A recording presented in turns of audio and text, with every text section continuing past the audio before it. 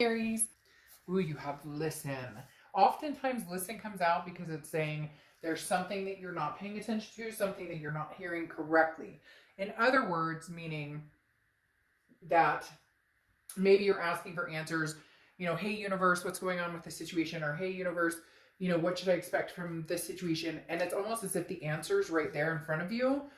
Because this talks about being sensitive to information, being an empath. Some people are, some people aren't, some people are practicing on it. Some people have other skills they hone in on, intuition, the psyche, etc. But this is mindfulness, basically saying, there's being more aware of your surroundings. So paying attention. The answer you seek might actually be right in front of you, or you may have already gotten it, just not in somebody flat out saying it. The first card you have is your current position coming into the month, and you have the Queen of Swords. Queen of Swords is a wise energy, but this is also a person who tells it like it is. The Queen of Swords has been there, done that, seen what the situation entails, seen what the Queen of Swords has seen what really is going on, and can often be a little critical or confrontational, because the Queen of Swords says, look, I'm not buying what you're throwing out there, so unless I know the truth or unless I get the answers that I want, then I'm not 100% sure that, I see clearly what's going on, but I'm not sure, that you do, in essence. Not you, but whoever you're dealing with, because this is cutting to the root of the problems, and the Queen of Swords is being direct in conversation. So, Aries, this tells me that for some of you, you're going to have a conversation that answers need to be, put it on the table. It's almost as if there's telling me very strong sensation of somebody who is saying, oh, that's not what it's like, Aries, or don't believe this, and you're like, but I saw it with my own eyes. Like, why are you trying to make me feel crazy about something that I know happened, or I saw, or I heard myself? So somebody's worried about losing you, or has already lost you and is trying to get you back over a situation you saw clearly, and they're trying to pull the wool, sugarcoat it. I mean, we could come up with 1,000 other different sayings.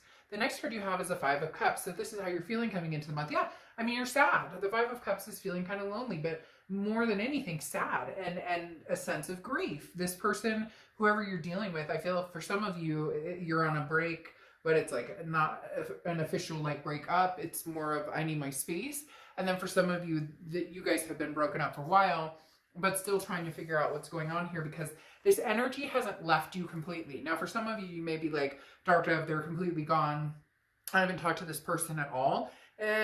You're still on their mind, because their energy is still clearly here, and very much face value. So the Five of Cups talks about, allowing yourself the time you need to grieve, but don't give up hope, okay? There is endless potential for happiness, whether it's, with this person or with somebody else, there is still potential. And again, if you're here saying, screw that, I never want to talk to this person again, then, not the read for you, because we cover all bases. And the Five of Cups talks about not giving up hope, period. So it could be about this person, it could be about meeting somebody new, but just in essence of love, not giving up on, the thought of love. The next card you have is your distant past, over the past 5-10 years, could be throughout your childhood. You have the World card. So the World card talks about a completion. This may be somebody that you've dealt with already on several occasions, because it did come to an end. The World is the last card of the major arcana, and it is a final completion, or it is a big completion. It's also an abundance and a belonging to a certain extent. So this attachment to this person is very karmic, or very twin flame type energy here, Aries. And I'm not going to sugarcoat it. This person, whether you like it or not, is somebody that you can't get out of your head to a certain extent. They can't get you out of their head.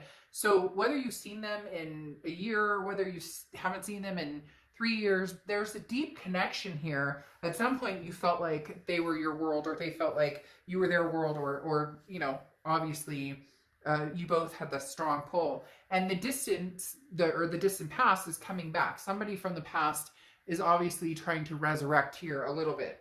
The next card you have is anything over the past few months, past few weeks. This is your immediate past, and you have the High Priestess. Now, The High Priestess is very universal. This goes very much along with the listen, the empath side of it, the instinctual side of it, the spirituality side of it, because the High Priestess is very similar in that this is saying the universe will give you that for sure sign, excuse me, when you need it. And on top of it, the listen, as I said with the listen card, that's about paying attention. The universe may have already given you clear-cut signs, and then you're going, well, you know, I mean, that's kind of confusing. I don't. No, for some of you, you know, in your gut, your heart, your head, whether this is something you could go back to or whether it's not. But the High Priestess is the universe coming in at some point saying, look, you know, if this is what you want, here's, you know, here's the signs. And if this is going to remain, you know, something that shouldn't happen, here's the signs. So whatever it is going on for you, some of you very clearly know it's just acceptance is really hard, whether it's something you want or whether it's something you don't want. Accepting that is the hardest part. The next card you have is your distant future. So over the next few months, and you have the Nine of Swords. So some anxiety here, just unsure, unclear, whatever happened here. They keep telling me pulling the wool or somebody pulled the rug, like that somebody, maybe there was a third party situation, and it may not have even been like cheating. It may have just been like a text that was seen, or, which I'm not saying is okay when I say just a text. That's still a form of being, you know, unfaithful to a certain extent, depending on the text and who it was with and whatever. You get my point. But the Nine of Swords is somebody who's feeling very anxious, feeling, you know, could be that maybe you've had a lot of depression or anxiety over this situation. The Nine of Swords, though, the good thing about this card is that this is in mental, right? So this is in, as hard as it can be to go through a breakup and experience that pain, which can be horrifying. I mean, it can be physically debilitating. But the Nine of Swords talks about this not being something that's going to actually happen, just something you're worried about happening, meaning potentially you guys never get back together. Or if you do attempt to, that you'll always be wondering what they're up to, or are they going to hurt you again? The next card you have is your immediate future. So over the next few weeks, and you have the Two of Pentacles, decisions, balance, changes, priorities. The Two of Pentacles is getting your priorities in check. The Two of Pentacles is saying, you know, I need to stay balanced. And if this person is coming in from the past wanting to have a conversation or wanting to talk, then I need to make sure I'm balanced and I know which direction I'm heading. The minute you start to feel unbalanced, the minute like your stomach gets upset, you know, have you ever had somebody texting you and you're like, oh God, you don't know what's coming, if it's going to be good or bad? You don't want that anymore. So the Two of Pentacles talks about keeping, you know, people in your life and that are good for you, and priorities that are good for you. Not worrying about so much what this other person wants from you, because as much as somebody can want you back or wants to talk or whatnot, that's not you're not obligated to do that. If you can feel yourself start to slip or feel that anxiety or those you know, harsh feelings come back in, if that is what you're getting. If you find that you want this person and you're feeling the love, then, you know, and you feel like you're at peace with them, or that you don't lose your balance when you're around them, metaphorically, obviously, then there's nothing wrong with heading forward. And then you have the Lovers, something tangible throughout the month. You have the Lovers. Now, it could be maybe you're going to have, you know, a couple people interested, but somebody that you had a very strong connection with is heading back if they haven't already. And maybe, you know, maybe they miss you and it's just tightened this month. But there's something between you and this person. And Aries, like I said, you know, if you see my reads, I don't sugarcoat. So this person likes you, you miss them, you guys still have this strong connection. The love is still out there. The Lovers card is Gemini's card. So you could be dealing with a Gemini or have Gemini placement in your charts. But again, the Lovers is, it's two people, it's a connection. However, it can also be an ultimatum. So this person may have shown up to be like, look, Aries, I miss you and I love you. What do you want to do here? What are we doing here? We still love each other. So what's the story? But again, no obligation to rush into anything. The next card you have is the Justice card. This is how you're feeling throughout the month going into March. And the Justice card is Libra's card. So you could be dealing with a Libra, have Libra placements in your chart. But the Justice talks about balancing the scales, obviously, and making sure that things are not, you know, one-sided, and that it's even keel, that you're not compromising on things that are important to you, and this other person isn't compromising on things that mean something to them as well. Now, the Justice card also talks of marriage sometimes. So the Justice card can also represent marriage. So that's something that maybe is on your mind. Maybe this was somebody that you thought you were going to marry, and now all of a sudden they're back, and you're like, whoa, what's going on? Is this, is this for real? Is this what's happening? What are we doing here? But again, I like the Justice card because this means that you're thinking about, like, I don't want the scales to tip, so to speak. I don't want to, I'm not going to, I gave and I gave and I gave and I gave, and I'm just not going to do that anymore without seeing it reciprocated. And that's the hardest part. With this person, it feels as though, it wasn't reciprocated on a regular basis. And that's what you don't want to get back into old patterns, repeating different patterns. That's why it was cut off in the first place.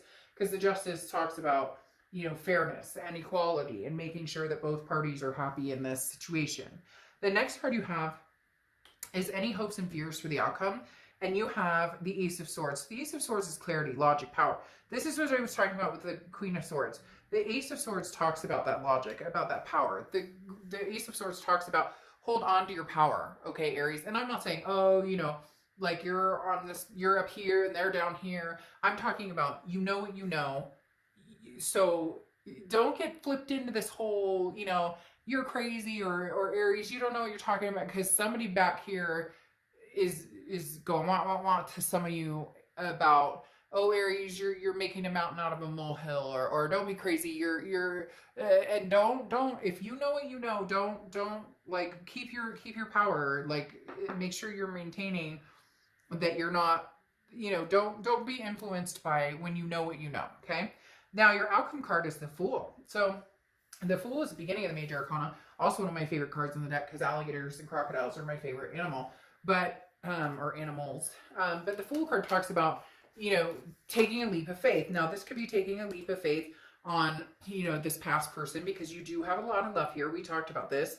And I do think that there is potential for you guys to get back together, or at least talk about getting back together. But the Fool talks about it would be a leap of faith to do this. Now, the Fool can also be a new beginning with somebody new, but I don't see that. It does feel like it's somebody from the past, especially with this Listen card here, kind of like you have your answers already. That doesn't seem like it's on somebody you've just met. Now, you have the Knight of Wands here. The Knight of Wands is courageous, somebody who moves forward with gusto and isn't afraid to, take a chance if they feel in their heart they want to. So there really is some sort of urge here, Aries, to give this person the time of day.